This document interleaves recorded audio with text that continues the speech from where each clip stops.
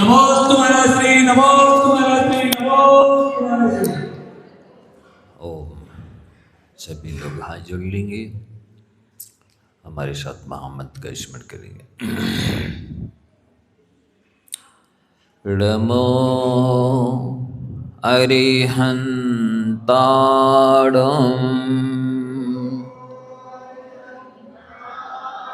नमो सिद्धाणं नमो आयरियाणं नमो उवैज्झायाणं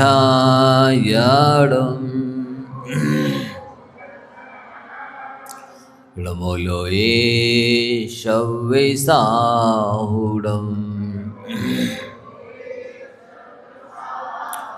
एषो पंचनमो यारो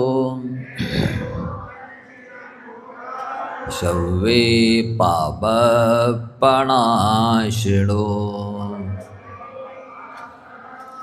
मंगलाडं च सव्येशिं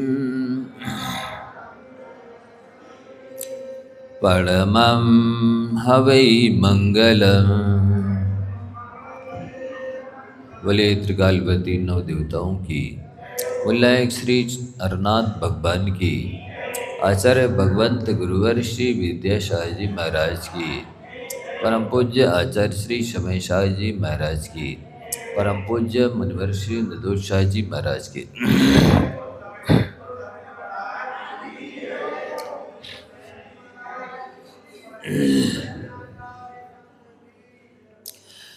प्यारे बंधुओं, आप सभी महामंत्र की महिमा विगत कई दिनों से सुनते चले आ रहे हैं। महामंत्र वस्तुतः जो बहुत दूर स्थित वस्तु और व्यक्ति है, बहुत कष्ट से मुश्किल से प्राप्त करने योग्य है, बहुत ऊंचे स्थित है, जिसे आप अपने लिए लायक नहीं समझते हैं कि मैं तो इस वस्तु के लायक हुई नहीं, वह वस्तु भी नमोकार मंत्र के प्रभाव से, जाप और ध्यान के प्रभाव से वो व्यक्ति और वस्तु आपके हाथ में आ जाएगी। इसमें कोई संदेह नहीं है, इतनी महिमा इस महामंत्र की है। सारे अभावों को दूर करने की क्षमता है, सारी बीमारियों को दूर करने की क्षमता है, सारे कर्मों को नष्ट करने की क्षमता है। लेकिन शर्त ये है कि आपको उसके प्रति निशंक होना चाहिए। शंका यदि बनी रहती है तब फिर कार्य की सिद्धि नहीं होती, लोग व्यवहार भी नम नहीं चलते हैं। किसी के प्रति आपको शंका हो जाए तो आप उसके साथ फिर अपनी बेटी की शादी कर देंगे, नहीं करते ना। शंका हो जाती है तो बेटी की शादी नहीं करते हैं, शंका हो जाती है तो फिर आप व्यापार नहीं करते हैं, वो वस्तु नहीं खरीदते हैं, वो वस्तु बेचते नहीं है। शंका हो जाती है तो फिर लोग मित्रता खत्म हो जाती है, शंका हो जाती है तो रिश्तेदारी खत्म हो जाती है। शंका हो जाने पर आपको भोजन में शंका हो जाए कि पता नहीं इसमें जहर तो नहीं मिला, फिर खाएंगे आप बताइए? नहीं खाते ना। शंका हो जाती तो भोजन पानी छोड़ देते हैं, शंका हो जाती है तो मित्रता तोड़ देते हैं, शंका हो जाती तो स्थान को छोड़ देते हैं, शंका हो जाती है तो व्यक्ति को छोड़ देते हैं।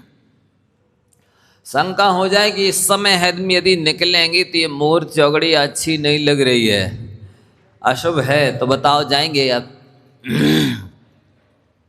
आप जैसे घर से निकले और यदि कोई अपशकुन हो जाए, कोई एक आंख वाला दिख जाए, खाली बर्तन लेके घड़ा दिख जाए,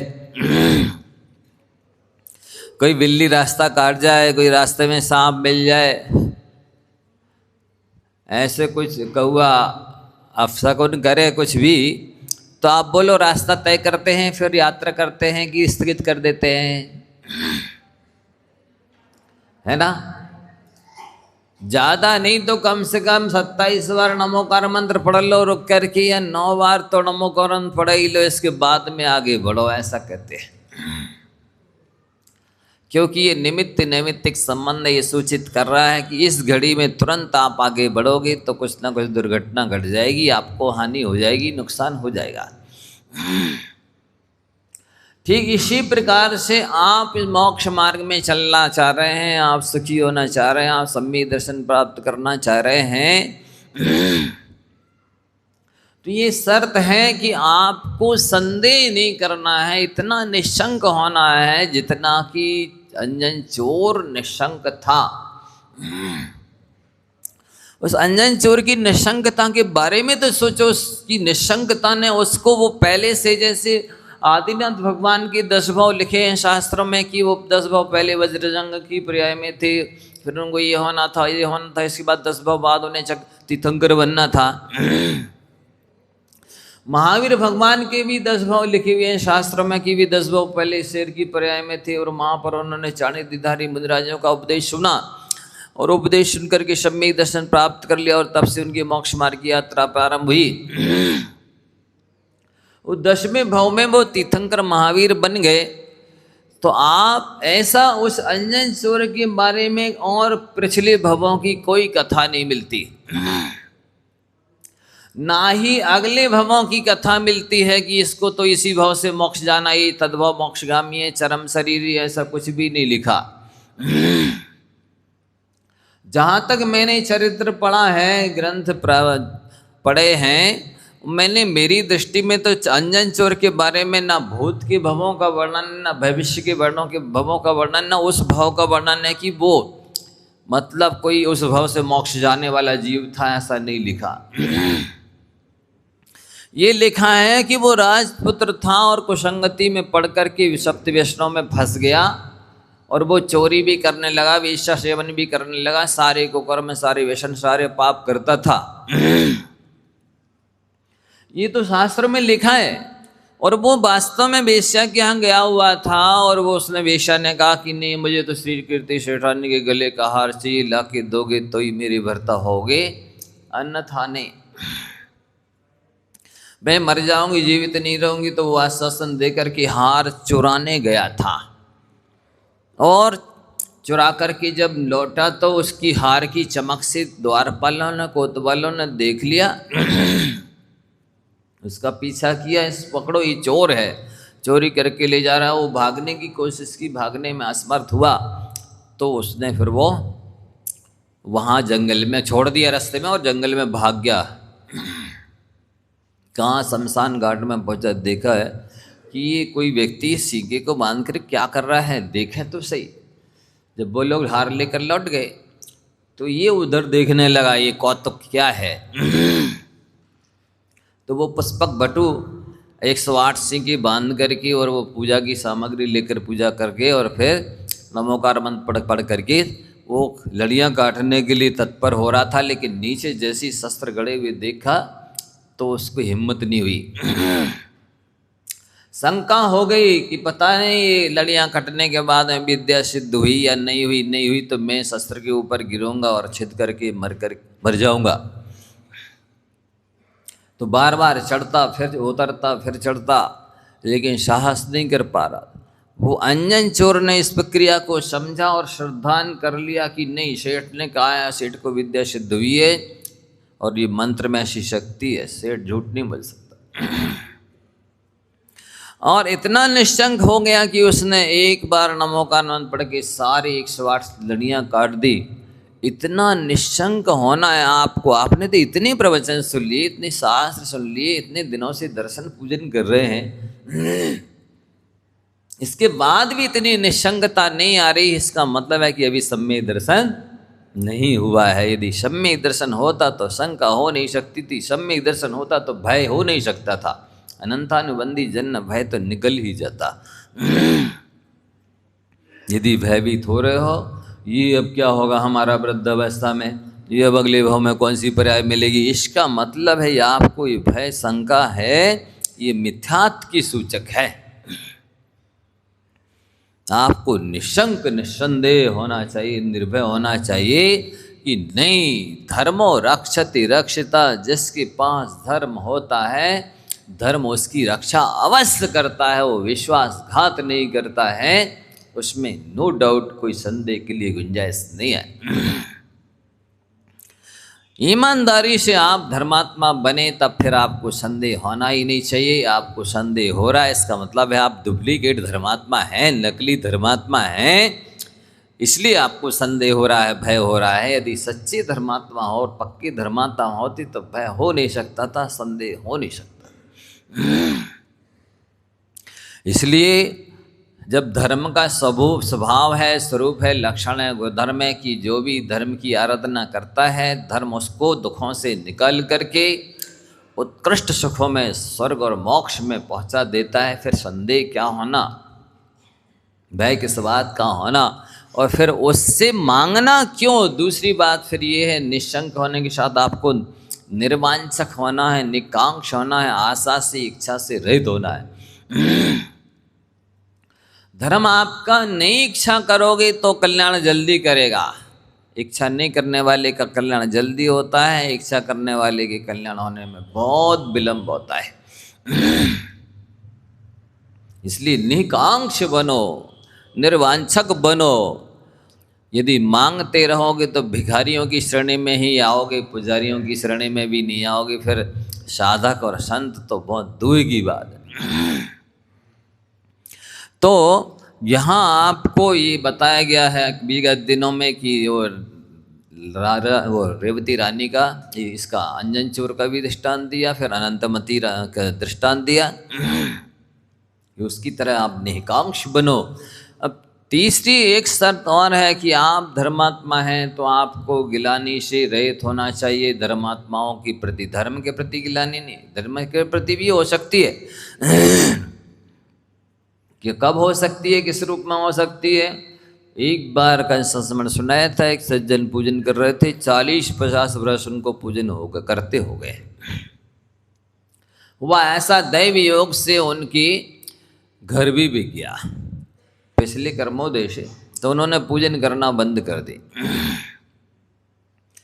बंद कर दी मतलब पूजन से गिलानी हो गई।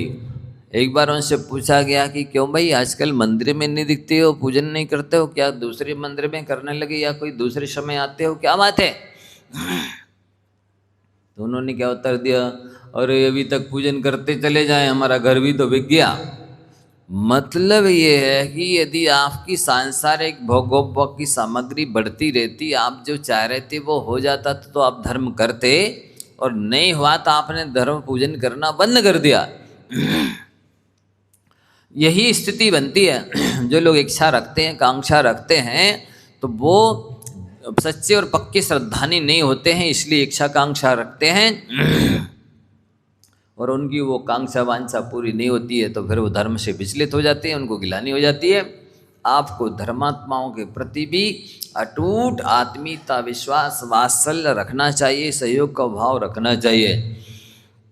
यदि आप सच्चे भक्त हैं पंचब्रह्मेष्टि के, तो जितने भी पंचब्रह्मेष्टि के भक्त हों सबके प्रति आपको वात्सल्य स्नेह अवश्य होगा। क्योंकि आचार्य समंतभद्र महाराज जी ने कहा, इसमयन योन अन्यानत्येति धर्मस्थान गर्भता सया शोत्येति धर्म आत्मीयम न धर्मो धर्म के बिना। कि जो अहंकारी अपने अहंकार के वशीभूत होकर के किसी धर्मात्मा का अपमान करता है, उपेक्षा करता है, तिरस्कार करता है, अवहेलना करता है, वो वस्तुतः उस धर्मात्मा का अपमान नहीं कर रहा है, अपने आत्मधर्म का अपमान कर रहा है। अपने आत्मधर्म की अवहेलना कर रहा है, अपने निजी कर्तव्य को छोड़ रहा है, मतलब धर्म को छोड़ रहा है। क्योंकि धर्म की कोई स्टैच्यू और मूर्ति नहीं होती है, धर्म तो लंगड़ा है, वो धर्मात्माओं के कंधे पर बैठकर चलता है। इसलिए धर्मात्मा की सेवा, पूजा, विनय, सहयोग, वात्सल्य ही धर्म की सेवा, पूजा, विनय, वात्सल्य माना जाता है। यदि धर्म को बढ़ाना है तो धर्मात्माओं को बढ़ाओ, धर्म को आगे ले जाना है, धर्म की वृद्धि करना है, उत्पत्ति स्थिति करना, तो धर्मात्माओं की उत्पत्ति स्थिति वृद्धि करो। हमें एक बात समझ में नहीं आती है, बार बार बोलते हैं कि जैसे व्यक्ति जब लघु शंका शौच जाता है तो आपके मलमूत्र की सफाई कौन करता है? कर्मचारी लेगा कोई? बोलो, कौन करता है? आपके मलमूत्र की सफाई आप खुद ही करते ना, उस समय गिलानी नहीं आती। आपका मलमूत्र स्पेशल है, स्पेशल चाय की तरह है। क्यों? बोलो, आपको फोड़ा फंसी हो जाए, दांत खाज खुजली हो जाए या किसी को कोड़ हो जाए, क्या वो शरीर को छोड़ के चला जाता है? शरीर को उतार के रख देता है? क्या करता है? दिन भर हाथ फिरता रहेगा, साफ करता रहेगा, दवाई लगाता रहेगा। क्यों गिलानी नहीं आ रही? ये पीप पहुँच रहे हो, गंदगी खून दूषित रक्त बह रहा है, इसको पहुँच रहे हो, गिलानी नहीं आ रही? नहीं आ रही। करते हैं, मल मूत्र की सफाई करते हैं, खून पीप की सफाई करते हैं, और स्वयं को उल्टी हो जाए और कोई ना हो सफाई करने वाला तो स्वयं की उल्टी की भी सफाई कर लेंगे। स्वयं को दस्त लग जाए और कोई दूसरा ना हो सफाई करने वाला तो स्वयं अपने दस्त की भी सफाई कर लें। गिलानी नहीं आती? नहीं आती। क्यों? स्पेशल है, विशिष्ट है। अन्य मनुष्यों की अपेक्षा आपके उस मलमूत्र में विशेषता आ गई, रिद्धि हो गई आपको कि आपके मलमूत्र में भी औषधि रूप परिणमन कर गया है आपका मलमूत्र। जैसे रिद्धिधारी मुनिराजों का मलमूत्र औषधि रूप परिणमन कर जाता है, क्या ऐसा आपका मलमूत्र औषधि रूप परिणमन कर गया है? जब नहीं आती है आपको अपने मलमूत्र से, बमन से, उल्टी से, दस्त से, किसी भी दांत खाज से, खून से, पीप से, किसी भी चीज़ से आपको अपने शरीर से निकलने वाले से गिलानी नहीं आती। और आपकी बेटा बेटी नाती पोते, क्या कहा? सुनो ध्यान से, आपके बेटा बेटी नाती पोते भी लघु शंका शौच कर देते, गिलानी आती है? नहीं आती। क्यों? आपके बेटा बेटी के भी विशेष हैं मलमूत्र, औषधि रूप परिणमन कर गए हैं, स्पेशल है। जब नहीं आती है तो फिर दूसरे धर्मात्माओं को कोई बीमारी हो जाए, उल्टी दस्त हो जाए, तो फिर आपको गिलानी क्यों आती है? बताइए। इसका मतलब है आपको सम्यक दर्शन नहीं है। इसका मतलब है आप सच्ची और पक्के धर्मात्मा नहीं है। क्योंकि आप नहीं, महाराज जी हम उनकी उल्टी साफ करेंगे तो उल्टी हो जाएगी हमें। खुद की उल्टी साफ करते हुए तो नहीं हुई उल्टी, दस्त नहीं लगे, जी नहीं मचलाया, दिमाग खराब नहीं हुआ, माथा सिर दर्द नहीं हुआ, कुछ भी नहीं हुआ। दूसरे की मलमूत्र की सफाई करते समय आपको गिलानी आ रही है, वस्त्र आदि धोते समय गिलानी आ रही है, इसका मतलब है धर्मात्मा से नहीं है वो गिलानी, आपको स्वयं के अपने आत्मीय धर्म से गिलानी है। इसलिए पंच परमेष्टि की श्रद्धा के साथ साथ ये भी महत्वपूर्ण है, देवशास्त्रों की श्रद्धा के साथ साथ, सात तत्व की श्रद्धा के साथ साथ ये भी महत्वपूर्ण है कि आप व्यवहार जगत में जी रहे हैं, आप प्रवृत्ति रूप स्थिति में हैं। सराग चारित्र्य श्रावक धर्म है, व्यवहार चारित्र में, व्यवहार धर्म में जी रहे हैं, तो ये बहुत महत्वपूर्ण है। आचार्य जयसिंह महाराज जी ने हरिवंश पुराण में लिखा है कि जो व्यक्ति सक्षम होते हुए भी, समर्थ होते हुए, तन मन धन से समर्थ है और किसी भी दीनहीन दुखी वृद्ध बीमार या साधर्मी को कष्ट में पड़े हुए देख करके भी सहयोग नहीं करता है, सेवा नहीं करता है, दुख दूर नहीं करता है, वो झूठ मूठ का धर्मात्मा है, नकली धर्मात्मा है, वो धर्मात्मा पने का ढोंग करता है, उसके पास सम्यक दर्शन नहीं है, उसके पास सच्ची और पक्की धर्म की श्रद्धा नहीं है। यदि होती उसके अंदर दया भी नहीं है, करुणा होती, दया होती, क्योंकि पर की पीड़ा अपनी करुणा की परीक्षा लेती है। पर दूसरा पीड़ा में है, कष्ट में है, तो आप इससे समझ लीजिए, यदि आप उसकी जितना ज़्यादा तन मन धन से सहयोग करते हैं उतनी ज़्यादा आप दयालु हैं, धर्मात्मा हैं। और यदि उपेक्षा करके टेढ़ा मुंह करके चले जाते, इसका मतलब आपने धर्म की उपेक्षा कर दी, धर्म के लिए टेढ़ा मुंह कर दिया, आप धर्मात्मा नहीं। आपने अपने स्थिति करणांगों पर वात्सल्य अंग का घात कर दिया, निर्विज के संग का घात कर दिया, और जिसने सम्यक दर्शन का घात कर दिया उसने तो अपने कल्याण का घात कर लिया, उसने अपना मोक्ष मार्ग अवरुद्ध कर दिया। इसलिए अरे सामने तो छोड़ो, पता भी लग जाए धर्मात्मा को, कोई व्यक्ति धर्मात्मा कष्ट में पड़ा है तो वो तो वहाँ जा कर के भी उसको पता लगा करके और ढूंढ करके वो सहयोग करता है, सेवा करता है, उसके कष्ट को दूर करता है, बीमारी को दूर करने के लिए पूरा तन मन धन लगा देता है। तो जैसे आप अपने शरीर के मलमूत्रों की सफाई करते हैं, अपने बेटा बेटी नाती पोते के मलमूत्र की सफाई करते हैं पर गिलानी नहीं आती है, ऐसे ही आपको धर्मात्माओं के शरीर से वस्त्र आदि से गिलानी नहीं करनी चाहिए। हम आपसे पूछना चाहते हैं, मान लो आपको दस्त लग रहे हैं या आप लैट्रिन में बैठे हुए हैं, शौच के लिए गए हैं और ये हाथ मना कर दे हम नहीं करेंगे सफाई, हमें गिलानी आ रही है, बोलो लैट बात के बाहर निकल पाओगे? और नहीं निकल पाओ तो फिर इसके आगे की और कोई क्रिया कर पाओगे? नहीं कर पाओगे ना। ऐसे ही धर्मात्मा के कष्ट में पड़े होने पर आप उपेक्षा कर के चले जाते हैं तो आप अब धर्म की और कोई क्रिया करने के लायक नहीं है। कुछ भी करते रहना, आपके कर्मों की निर्जरा नहीं होगी, क्योंकि जन सेवा ही जिन सेवा मानी जाती है, धर्मात्मा की सेवा ही धर्म की सेवा मानी जाती है। वस्तुतः भगवान की पूजा नहीं करोगे तो कथनचित चलेगा, लेकिन धर्मात्मा की सेवा पूजा नहीं करोगे, उसे कष्ट से नहीं निकालोगे तो नहीं चलेगा। क्योंकि पूजा करती तो आपका अकेले का कल्याण होता, अब उसकी सेवा कर दी, धर्म ध्यान की योग्य से बना दिया तो आपने दो का कल्याण कर दिया। इसलिए पूजा से भी महत्वपूर्ण होता है कष्ट में पड़े व्यक्ति को कष्ट से निकालना, क्योंकि सेवा संकट हरती है। ये बहुत महान सूत्र है। जो परोपकार की भावना रखता है उसकी सारी विपत्तियां संपत्तियों के रूप में परिणमन कर जाती है। जो सेवा का भाव रखता है वो संकट मोचन कहलाता है। भगवान की सेवा पूजा करने से जैसे संकट दूर होते हैं, वैसे ही यदि आप दूसरों के कष्टों को दूर करते हैं तो आप भी संकट मोचन हैं। आपका नाम भी भगवान के बाद दूसरे नंबर पे आपका नाम आ जाएगा। आपका नाम भी लोग भगवान के नाम की तरह लेंगे कि वो महान परोपकारी जीव है, दयालु है, उदार हृदय, विशाल हृदय है, जिसने मेरे कष्टों को दूर किया है।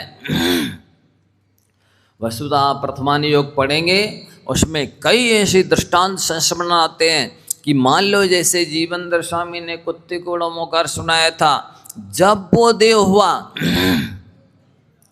तो उसने स्वर्ग से आकर के जीवनदर स्वामी को पहले प्रणाम किया। गुरु महाराज दिगंबर मुनि बैठे हुए हैं लेकिन उनको बाद में नमस्कार किया। पूछा गया क्या देवताओं को इतना भी विवेक नहीं है कि पहले दिगंबर मुनि राज को नमस्कार करना चाहिए, बाद में गृहस्थ को वंदना करनी चाहिए? उसने कहा विवेक है, लेकिन ये मेरे प्रथम गुरु हैं, इनकी कृपा से मैं कुत्ते जैसी निकृष्ट प्रयासी रिद्धिधारी देव हुआ हूँ, अक्षेंद्र हुआ हूँ। इसलिए मेरे पहले गुरु हैं, उपकार की कृतज्ञता के नाते मैंने इनको पहले प्रणाम किया। मुझे पता है कि पहले दिगंबर गुरुराज को प्रणाम करना चाहिए, इनकी कृपा से मैं इतना योग्य सक्षम बना हूँ, इसलिए भगवान से भी बड़ा उपकारी होता है। अतः ये अंग आचार्यों ने बनाए हैं। सम्यक दर्शन के 8 अंग हैं। वो पंच परमेष्टि की श्रद्धा जो सम्यक दर्शन कहलाती है, यदि वो आपके पास है तो ये 8 अंग भी आपके पास नियम से होने ही चाहिए, होंगे ही। आप देखिए आपके शरीर में भी 8 अंग हैं। 2 हाथ हैं, 2 पैर हैं, 4 एक सिर है, 5 एक सीना है, 6 एक पीठ है, 7 एक पुट्ठा है, 8। तो ये 8 अंग हैं। अब इसमें से बताइए कौन सा अंग निकाल देने पर आपका काम चल जाएगा? बायां हाथ से थोड़ी लिखते बंदा, खाते बंदा, इसको निकाल दें चल जाएगा। नहीं, बहुत असुविधा हो जाती है, बहुत परेशानी हो जाती है, बहुत दिक्कत हो जाती है। एक हाथ से प्राय करके कितना कितना काम बनता है। जिसके नहीं है उससे पूछो, एक हाथ के अभाव में कितनी तकलीफ होती, कितनी परेशानी होती है, कितनी समस्या खड़ी होती है। ठीक इसी तरह से आप चाहे एक बायां पैर हो, दायां पैर हो, एक दायां हाथ हो, बायां हाथ हो, सिर हो, पीठ हो, पुट्ठा हो, कुछ भी हो, एक भी अंग यदि आप निकाल देते हैं तो आपकी कार्य प्रणाली में बहुत दिक्कत आएगी। ठीक इसी प्रकार से सम्यक दर्शन की यदि एक भी अंग को आपने अभाव किया, कम किया, तो आपका मोक्ष मार्ग अवरुद्ध हो जाएगा।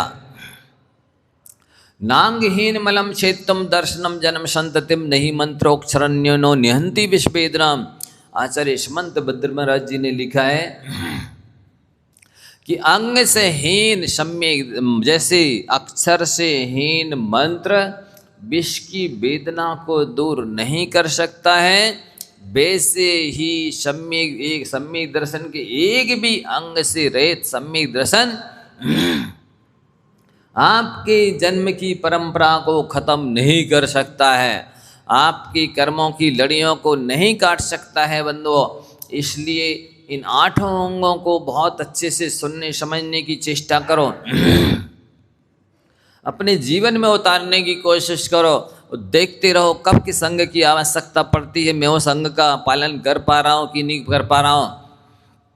जिस समय आप ध्यान में बैठे हों तो एक भी अंग का, ये व्यवहार अंग का पालन नहीं करना चलेगा, आपका सम्यक दर्शन नहीं जाएगा। लेकिन आप आँख खोले हुए हैं, जब तक हाथ पैर चला रहे हैं तब तक आपको 8 अंगों का पालन करना आवश्यक है। नहीं करेंगे तो आप मिथ्या दृष्टि माने जाएंगे। आचार्य समंत भद्र महाराज जी ने स्पष्ट लिखा है कि नहीं मंत्रोक्षरण्यो नो निहंति विश्वेदनाम नांगहीन मलम क्षेत्रम दर्शनम जन्म संततिम। 8 अंग का अभाव हो गया तो फिर सम्यक दर्शन है ही नहीं। एक अंग के अभाव में भी वो लिख रहे हैं कि जन्म की संतति को खत्म करने में सक्षम नहीं है। शंका हो गई तो गया सम्यक दर्शन। कोई भी चीज की इच्छा हो गई, कांक्षा कर ली, वांछा कर ली, आशा कर ली, गया सम्यक दर्शन। आपको सबसे बड़ी शर्त यह है कि जो मोक्ष दिख नहीं रहा है, सबसे बड़ी शर्त यह है कि पुण्य आते हुए दिख नहीं रहा है, सबसे बड़ी शर्त यह है कि पाप जाते हुए दिख नहीं रहा है, कर्मों की निर्जरा होते हुए दिख नहीं रही है। लेकिन इसके बाद भी आपको परमार्थ पर विश्वास रखकर, वीतराग देवशास्त्र पर श्रद्धा रख करके कि नहीं, धर्म का आचरण करने पर कर्मों की निर्जरा होती ही है, धर्म का आचरण करने पर पुण्य का बंध होता ही है और परंपरा से क्रमशः निर्वाण की प्राप्ति होती है। आपको संदेह नहीं करना। और जब धर्म सुखी करता ही है, स्वर्ग मोक्ष में भेजता ही है, तो आपको कुछ मांगना नहीं है। साथ ही जितना प्रेम आपको अपनी आत्मा से है, उतना ही प्रेम दूसरे धर्मात्मा की आत्मा से भी होना चाहिए, धर्मात्मा से भी होना चाहिए। ऐसी आचार्यों की आज्ञा है, शास्त्रों के उपदेश हैं। आप ये नहीं कह सकते नहीं, एक द्रव्य दूसरे द्रव्य का कर्ता नहीं है, एकांत नहीं है। व्यवहार जगत में, सराक चारित्र में इसकी ही प्रधानता है। आप देख लीजिए, बड़े बड़े मुनिराज जो ध्यान में बैठे हुए हैं, बाली मुनिराज कैलाश पर्वत पर बैठते ध्यान में खड़े हुए हैं, सूरज की ओर मुख करके आतापन योग कर रहे हैं। अब ध्यान देना, वे ऐसे वज्र सब नारा संगन के धारी और उत्कृष्ट चारित्र के पालन करने वाले वे यदि शुद्ध उपयोग में लीन होते, स्वरूप वचन में लीन होते, तो मोक्ष मिल जाता तत्काल में उनको। लेकिन जब रावण वहां से निकला विमान से और उसका विमान उन रिद्धिधारी मुनिराज की सिर के ऊपर आया तो रुक गया। किसी का भी विमान मुनिराज, रिद्धिधारी मुनिराजों के ऊपर से नहीं जा सकता, अटक गया। उसने पूछा मंत्री से, क्या बात है, विमान क्यों नहीं आगे बढ़ रहा? नीचे उतारो, नीचे उतारा। देखा मुनिराज ध्यान में लीन हैं। वो रावण पहचान गया, अरे ये तो वही बाली है जिसने मेरी अधीनता स्वीकार नहीं की थी, अपनी बहन की शादी मेरे साथ नहीं की थी और राज छोड़ के आ गया, मुनि बन गया, अब भी अहंकार नहीं छोड़ रहा है, मेरे विमान को अटका दिया, रोक दिया। मैं देखता हूँ। कैलाश पर्वत के नीचे गया और अपनी विद्या वजह से कैलाश पर्वत को उखाड़ करके लवण समुद्र में फेंकने की चेष्टा उसने की। मुनिराज को एहसास हुआ जैसे ही थोड़ा पहाड़ हिला कि अरे ये रावण तो कैलाश पर्वत को उठा करके लवण समुद्र में फेंकने वाला है। इस कैलाश पर्वत पर तो अनेक असंख्यात तृष्ण स्थावर जीव हैं, वे सब मर जाएंगे। अनेकों मुनिराज इस पर ध्यान कर रहे हैं, उनकी भी असमय में समाधि हो जाएगी। यहाँ पर भरत चक्रवर्ती के द्वारा बनाए हुए 72 जिनालय हैं, ये सब जिनालय ध्वस्त हो जाएंगे। वे मुनिराज बाली अपने शुद्धोपयोग को छोड़ करके उन्होंने क्या किया, अपने पैर का अंगूठा दबा दिया और पैर का जैसी थोड़ा सा अंगूठा दबाया कि वो पर्वत दब गया। पर्वत दबा तो रावण भी दब गया। दब गया तो रोने लगा। तभी से उसका नाम पड़ गया रवतीति रावणा, जो रोवे उसका नाम रावण है। पहले उसका नाम दशानन था, क्योंकि इसको जो एक हार पहनाया गया था जन्म के समय मोतियों का, उस पर उसके चेहरे के प्रतिबिंब पड़ रहे थे, तो 10 बिंब पड़ रहे थे, तो उसका नाम दशानन रख दिया। जब से फिर रोया, उसकी रानियां चिल्लाने लगी, विलाप करने लगी, मुनिराज के शरणों में लौट गई। हे गुरुदेव, मुझे अपने पति की भी इच्छा दो, क्षमा करो, क्षमा करो, क्षमा करो। जब बोला तो दयालु मुनिराज को कोई कष्ट थोड़ी देना था उससे, कि उनको तो केवल जिनालयों की रक्षा करना, मुनिराजों की और जीवों की रक्षा करनी थी, इसलिए उन्होंने छोड़ दिया। फिर रावण निकल के आया, ऊपर आया, उसने देखा प्रभाव, और ये तो भगवान है, रिद्धिधारी है। मैंने अहंकार में से मदान्ध हो करके और इनके लिए लवण समुद्र में फैलने की चेष्टा की, बहुत बड़ी गलती की, बहुत बड़ा अपमान किया है गुरुराज का। मैंने बहुत क्षमा मांगी, चरणों में लौटा, भक्ति की, और फिर 1 महीने तक कैलाश पर्वत पर रह करके और अपनी वीणा को बजा करके जिनालय में भी भक्ति की, भगवान की भी भक्ति की। वीणा का तार टूट गया तो अपने हाथ की नस निकाल करके वीणा में बांधी और अपनी भक्ति को जारी रखा। बोलो, ऐसी भक्ति आप कर सकते हैं? भक्ति के समय यदि तार टूट जाए तो अपनी हाथ की निकाल लो, नस निकाल के बांध दो, हैं? भक्ति कर सकते हैं ऐसी? नहीं कर सकते।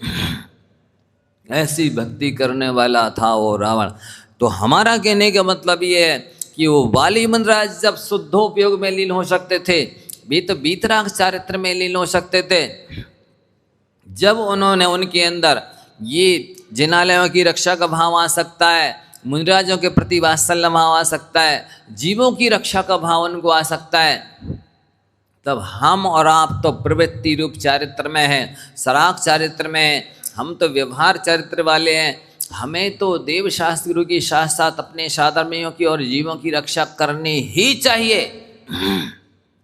अन्यथा हम सम्य दृष्टि नहीं हो सकते हैं। इतना अवश्य है कि समय सार में और प्रथमान योग में, जो ये क्या बोलते चरणान योग में, श्रावकाचार में और मूलाचार में ऐसा 36 का आंकड़ा है।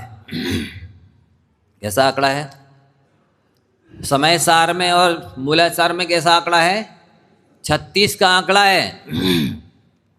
समय सार कहता है आत्मा कोई किसी का कर्ता धरता नहीं है, कोई किसी को मार नहीं सकता, कोई किसी को जला नहीं सकता, कोई किसी को सुखी नहीं कर सकता, कोई किसी को दुखी नहीं कर सकता। ये समय सार कहता है और गाथाओं में लिखा है। और इससे ठीक विपरीत बात मूलाचार और श्रावकाचार में लिखी है कि एक जीव को दूसरे जीव की रक्षा न करना चाहिए, परस्पर उपग्रहो जीवानाम। जीवों को एक दूसरे का तन मन धन से सहयोग करना उनका धर्म कहा, उसे भी धर्म कहा है। कौन सा धर्म? व्यवहार धर्म है, प्रवृत्ति रूप धर्म है, प्रारंभिक धर्म है, ये आवश्यक है।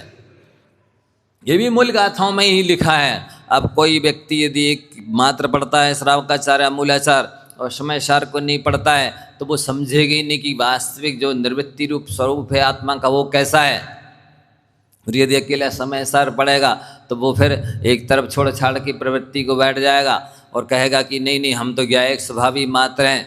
फिर अनेक बाधाएं आएंगी, परस्पर में उनको सम्यक दर्शन हो ही नहीं पाएगा। या तो व्यवहाराभासी बन के रह जाएंगे या निश्चयभासी बन के रह जाएंगे। आपको स्वयं इतनी बड़ी पिच्छी नहीं दिख रही है? ये काय के लिए दी है आचार्यों ने हमें? समय सार पढ़ रहे हो तो पिच्छी क्यों नहीं दिख रही है? समय सार तो कह रहा है आप किसी जीव को नहीं बचा सकते हो। नहीं बचा सकते तो ये मूलाचार में क्यों लिखा है? कुंद कुंद स्वामी नहीं तो मूलाचार भी लिखा है भट्ट गिरिराचार्य महाराज ने। क्यों पिच्छी दी है? हम नहीं बचा सकते हैं तो बोले क्यों परस्पर उपग्रह जीवनाम सूत्र लिखा है? क्यों स्थितिकरण करने के लिए कहा गया? जब एक दूसरे द्रव्य का कुछ कर ही नहीं सकता है तो हम स्थितिकरण भी नहीं कर सकते। जब एक द्रव्य दूसरे द्रव्य का कुछ कर ही नहीं सकता तो हम उपगोहन भी नहीं कर सकते। जब एक द्रव्य दूसरे द्रव्य का कुछ कर ही नहीं सकता है तो हम वात्सल्य में नहीं कर सकते। जब एक द्रव्य दूसरे द्रव्य का कुछ कर ही नहीं सकता है तो हम प्रभावना भी नहीं कर सकते। ये तो सारा अगम विरुद्ध हो जाएगा, सारी बिल्कुल ऐसे विरोध आएगा, परस्पर विरोधाभास हो जाएगा। ये आपको समझना है कि आखिर आचार्यों ने ही तो ये भी लिखा है और आचार्यों ने ये भी लिखा है, तो वो किस भूमिका के लिए लिखा और ये किस भूमिका के लिए लिखा है? वो सारा समय सार केवल समय सामयिक के समय के लिए है। सामयिक में समय सार और प्रवृत्ति में रहो, आँख खोलो तो श्रावक हो तो श्रावकाचार के अनुसार चलो और मुनि हो तो मूलाचार के अनुसार चलो। ऐसी आचार्यों की आज्ञा है, तब सही इसकी संगति बैठेगी, अन्यथा तो विरोध ही विरोध आएगा। आप कहें नहीं कोई कुछ सुखी दुखी नहीं कर सकता, तो इतनी प्रेरणा क्यों है? प्रथमान योग एक तरफ टिक जाएगा, चरणान योग एक तरफ टिक जाएगा। करणान योग की जो परिणामों की निर्मलता है, वस्तुतः आप देखेंगे परिणामों की निर्मलता जो होती है दया के पालन करने से होती है, परोपकार करने से होती है। जो व्यक्ति जितना ज़्यादा परोपकार करता है उसके परिणाम उतने ज़्यादा निर्मल स्वच्छ माने जाते हैं, उसके लिए विशुद्धि मानी जाती है। और जो परोपकार नहीं करता है, वस्तुतः परोपकार की भावना नहीं है, तो वो उपगोहन भी नहीं कर पाएगा, स्थितिकरण भी नहीं कर पाएगा, वात्सल्य का पालन नहीं कर पाएगा और प्रभावना भी नहीं होगी। उसके सम्यक दर्शन रह ही नहीं सकता। सराग चारित्र जब नहीं रहेगा, सराग सम्यक दर्शन नहीं रहेगा, तो बीतराग सम्यक दर्शन और बीतराग चारित्र कहाँ से आएगा? आप एक दृष्टांत को ध्यान रख लो, धान के ऊपर से पतला सा छिलका भी निकल जाता है, अब उस चावल में उगने की क्षमता खत्म हो गई। कितनी वैल्यू है इतने से पतले से छिलके की, बताइए। क्या उस छिलके के बिना धान के उस चावल को उगा सकता है कोई माइकल है?